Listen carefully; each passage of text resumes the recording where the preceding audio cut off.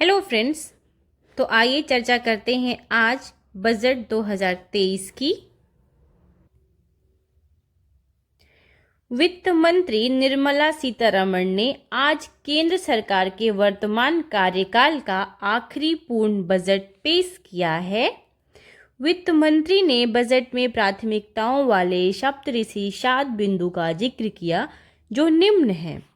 पहला, सहभागिता के साथ विकास, जिसमें वंचितों के साथ साथ सभी को सम्मान।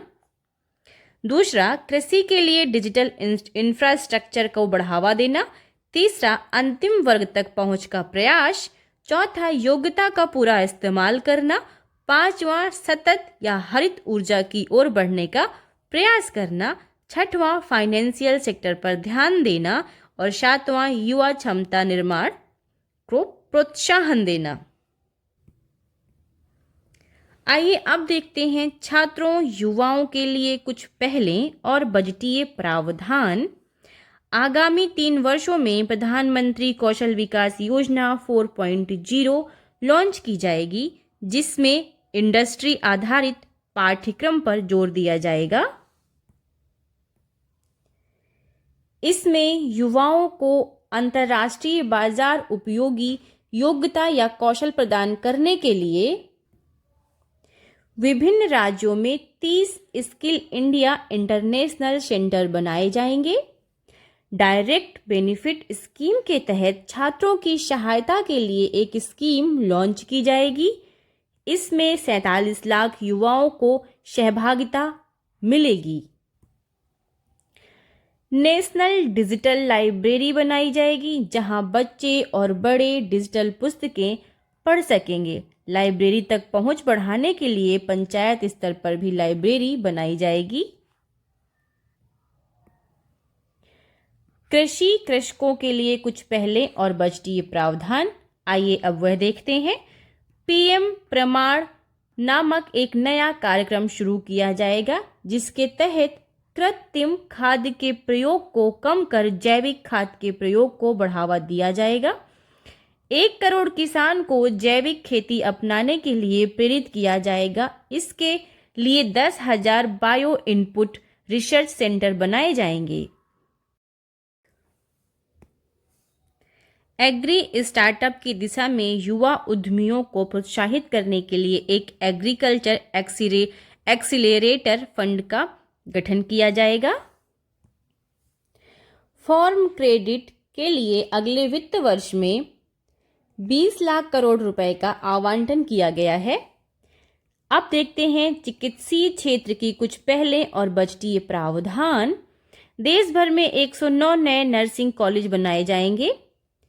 ICMR लैब की संख्या बढ़ाई जाएगी। ICMR प्रयोगशाला की सुविधाएं प्राइवेट सेक्टर के लिए उपलब्ध कराई जाएंगी। वर्ष 2047 तक एनीमिया उन्मूलन का लक्ष्य भी रखा गया है।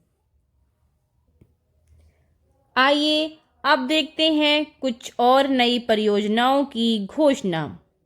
कारीगरों और शिल्पकारों की सहायता के लिए पीएम विश्वकर्मा कौशल सम्मान योजना बनाई जाएगी।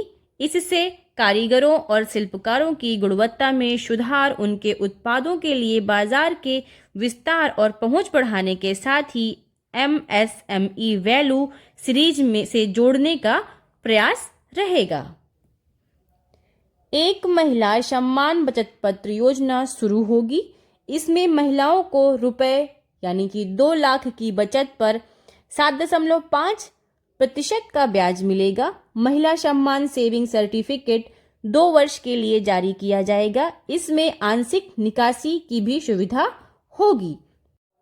ग्रीन क्रेडिट प्रोग्राम को पर्यावरण सुरक्षा कानून के तहत शुरू किया जाएगा।